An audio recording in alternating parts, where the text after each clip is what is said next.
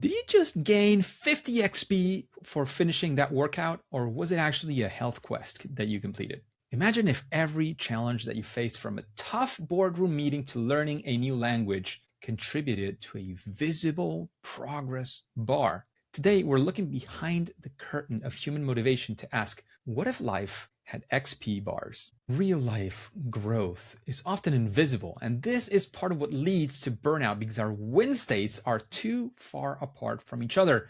We work hard, but without feedback, we don't feel that progress. Through over 400 interviews with global experts and my work at the Octalysis Group, I've seen how defining these metrics can turn function-focused tasks into human-focused engagement. In this video, you'll learn how to view your career and perhaps even your life through skill trees, level ups to sustain long-term motivation. We will explore how to map life quests, how to build your skill tree, and truly own your own level ups. And if you're some form of product leader, product manager, or somebody who is into this kind of products, and you're looking for these meaningful progression systems where it goes well beyond those just broad points and something that makes the users really come back over and over again, let's have a quick chat.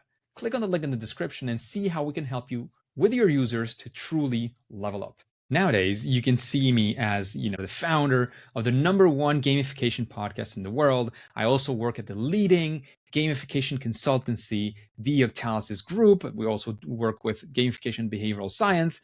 You can see all these things nowadays sort of in my CV. But I also remember reaching out to experts every single week when the podcast started, struggling just even to find the first few guests. I'm not going to lie, I was also very lucky to get some of the very top people in the world of gamification, like Yukai Chao. Episode #1. I had some beginner's luck, as we like to say. That's one of the game techniques that we use. But in general, it felt like a beginner's quest. I was constantly being ignored by some people, quite frankly. Some of them just didn't even reply. But I stayed committed for the long run. I saw this as a quest and another quest and another quest. I was initially getting this whole thing started. In fact, the first few people I reached out to send and to record the first few interviews, I didn't even have really a podcast. I was building a podcast I was going to share with the public. There were even some recommendations, which I still encourage people to do it that way, that when you start a podcast, you don't just straight away publish the first thing that you have.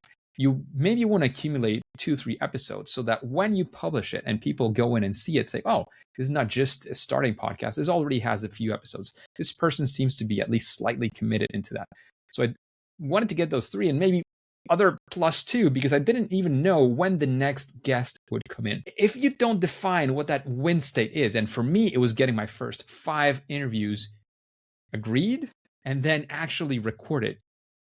You're just busy. You're not progressing. You're not really breaking those big goals into smaller quests, and they allow you to hit those core drive to development and accomplishment milestones more frequently. You can see how you're getting better through each and every one of your quests. What is one of your main quests that help you advance the main story of your own game that you've been ignoring that would actually give you the biggest experience points, the biggest pot of experience points right now? My own skill tree has evolved from many different places. Very early on as a recent graduate, software engineer graduate, to being involved in politics, as I recently shared, to then being an entrepreneur in a very small company that we founded back home, becoming a project manager, becoming a professor, becoming a product manager, becoming the head of engagement strategy in Europe at the Octalysis Group.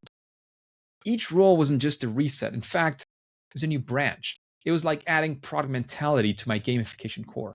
I was already building out of this core that I had, just like in any RPG character you have in video games or games. You have those core skills that you need to be able to progress through.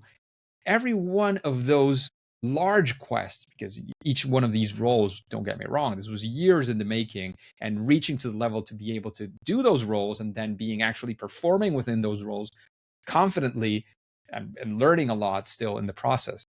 It was adding to my core so that my character could be more developed. Growth is essentially, it's a core drive 3 process. It's a lot of empowerment of creativity and feedback. You aren't just gaining those points, those experience points. You're choosing where to spend your effort to unlock new opportunities. In RPGs, sometimes you get experience points and you decide where to, oh, I spend it to gain this new ability. In real life, it's slightly different.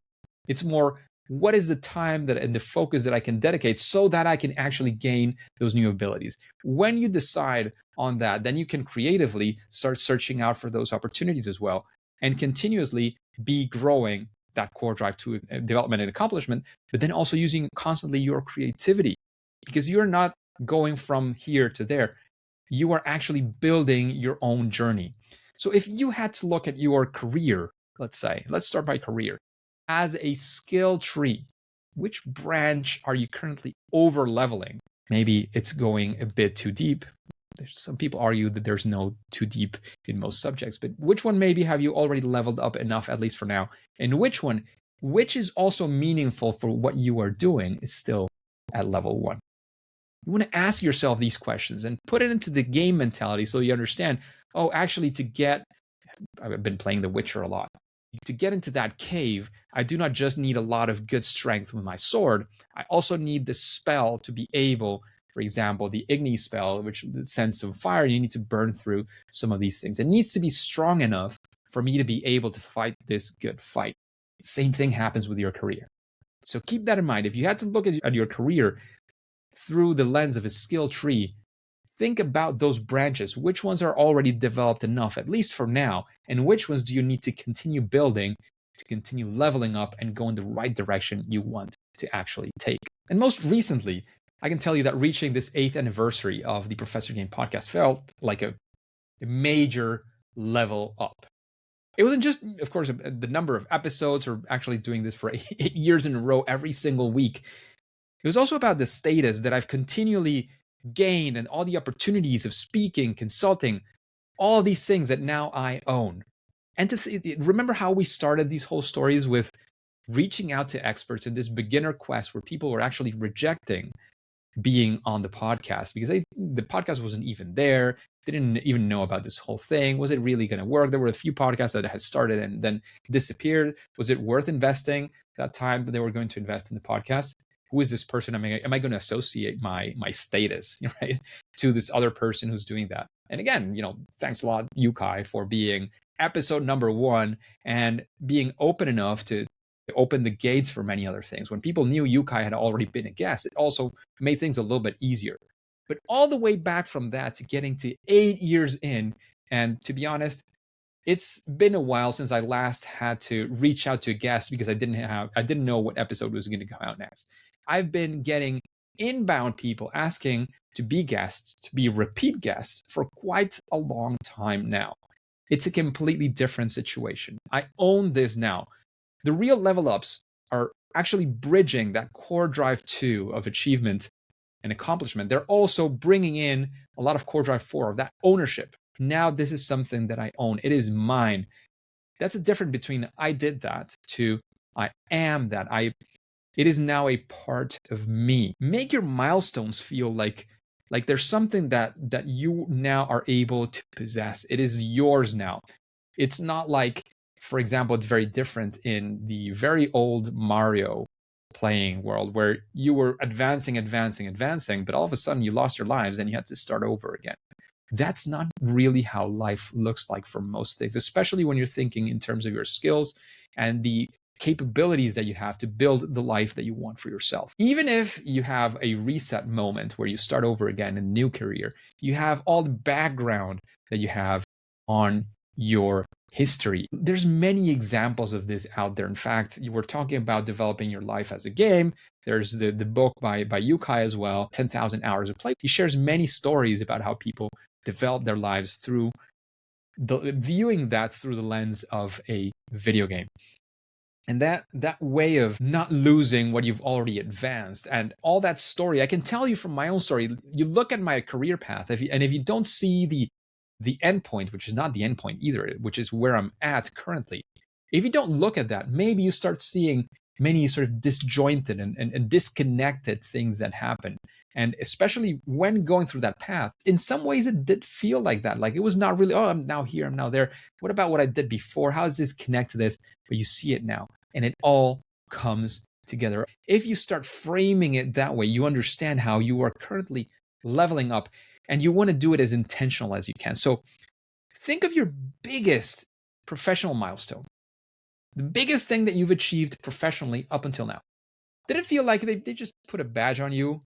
You just wore it for that day or during the event? Or was it a new permanent stage? You're at a new level. You have a new home. You have a new identity.